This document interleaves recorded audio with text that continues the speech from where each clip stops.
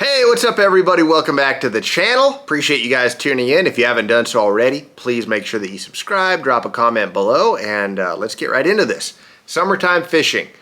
It's great, but it's got its own special set of challenges, almost like any other time of year, you know, and as you get further into the summer, it typically gets tougher. Like May and June are great months. July's okay. August is really tough. You know, that's kind of the norm around the country. Here in Arizona as well, or I say really tough. It can be tough for multiple reasons. Why is fishing tough in the summer? For one, the water temp gets really high, right? So the fish aren't in the same places that they're in during the spring and the fall when they're up shallow feeding. You know, in the springtime, the fish are literally everywhere. They're all over the bank, all over the lake.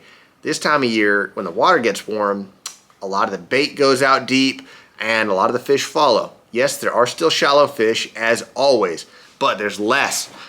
And, you know, a lot of those fish slide out deep and follow that bait. You get a couple other things going on in the summertime. You have what's called a thermocline, and that's where the water, the warmer water, sits at the top of the water column. And then if you look at your graph, you get like a line of this. It looks like debris on your graph, but you get a line of clutter at a certain depth, and it's very obvious. Below that is colder, denser water with less oxygen. So you're almost never going to find them below that. That's why in the summertime, you know, you say, oh, we're out deep. You're not talking 30, 40, 50 feet like you get in the wintertime. You're usually talking 15, 18, 22, 25 feet. That's still above the thermocline typically, and that's where you're going to find your fish. But it doesn't matter where you live, what that water temp is, the fish are going to be, you know, they're used to their environment, right? So like a fish up in Minnesota, 78-degree water temp in the middle of the summer, that's hot to that fish. Arizona, the highest the water might get out here is 86. If you go to Louisiana, that water is like in the low 90s in a lot of places. So it's relative to where you're at, but typically the fish are wanting oxygen, and they don't want to be in the areas that are depleted from oxygen. So it brings me to the point. The key to summer bass fishing, the key, and this doesn't get talked about enough. We're always talking about baits. Oh, throw this bait, throw that bait. That's important, but not as important as this. The key to summer fishing, current. Now, some currents really obvious, some currents not so obvious, but a lot of the fish that you catch in the summertime, especially when you get on groups of fish and catch a lot of fish, there's a big reason that they're there, and that big reason is really revolving around current. So, you know, to talk about that, it positions the fish. It's usually going to be cooler water, and a lot of times it's near the deeper water. So those are three big reasons that those fish are going to be related to the current. It might be that you're fishing a river system, and that moving water in the main river channel is really key. You might be fishing a natural lake that doesn't have a lot of natural current, but maybe the wind is blowing a certain direction one day and creating current, and that's going to position the fish. And if you can dial that in, you're going to catch more fish than the next angler who hasn't put that together, that, hey, the wind's creating current, it's washing across this offshore hump or this offshore point, the fish are stacked up, they're positioned, they're eating. The guy that figures it out might pull out to that spot and catch 20 fish off of it, whereas the guy that's just kind of dinking around, not paying attention to that, is going to catch a few, but not as many. So it's really, really important. You know, it comes in many shapes and sizes. If you're fishing a lake, it's very common. A lot of the reservoirs around the country, we've got some here in Arizona, you got the Tennessee River, you got a bunch all over the place, where they use the dams to generate power. So every day, they're going to be pushing water through the system, moving one way or the other.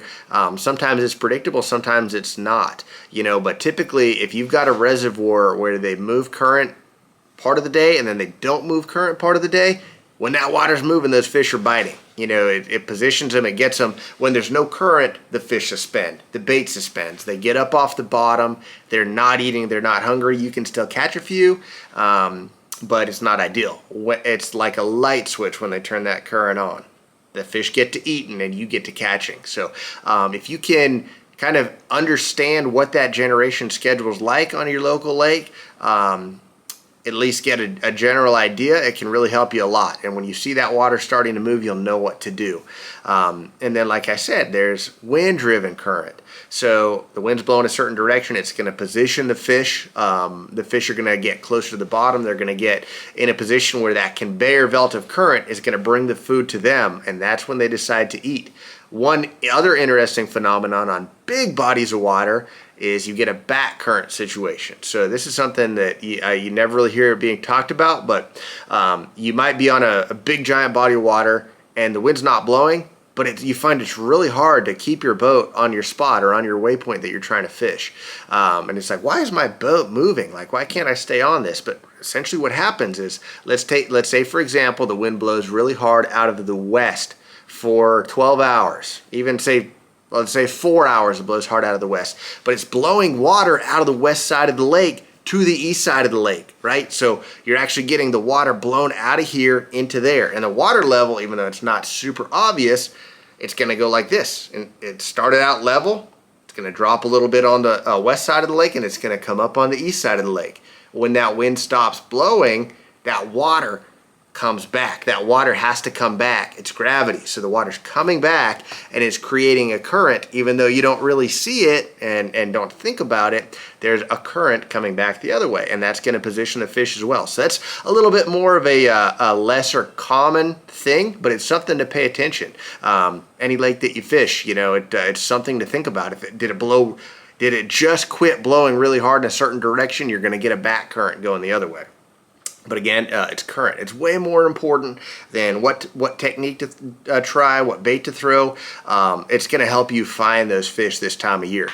In river systems, right? So you got the main current on the main river, but you've got a lot of backwaters, you've got a lot of channels, stuff like that. Some of them will have current, some will not. The ones with current are going to have a lot more fish, and I've seen it everywhere I go. When you get into a situation in the summertime, and you're back in a cove, you're back in a creek, whether it's a river or lake or whatever, the bass are going to be the dominant species almost any time, right? So I definitely find this time of year, if I go back into an area and I'm seeing like a lot of gar, if I'm seeing a lot of pike, doesn't really apply to my Arizona guys listening, but other guys in other parts of the country will understand this. When you're seeing that, typically it's a good sign to get out of there.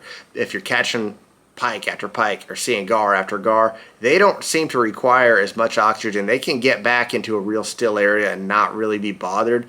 The bass need that current. They need that oxygen, and you're not going to find them in those types of areas if you're seeing those other fish. So usually it's a general rule, but no matter if it's just moving a little bit or if it's ripping, you need it. You got to get out there where there's some water movement. You're going to be around a lot more bait. You're going to catch a lot more fish. If you guys have any questions, drop them in the comments down below, and I'll try to get back to them on the next video. Appreciate you guys tuning in. Again, make sure that you like this video, subscribe to the channel, tell your friends about it, and we'll be back at you guys soon. Thank you.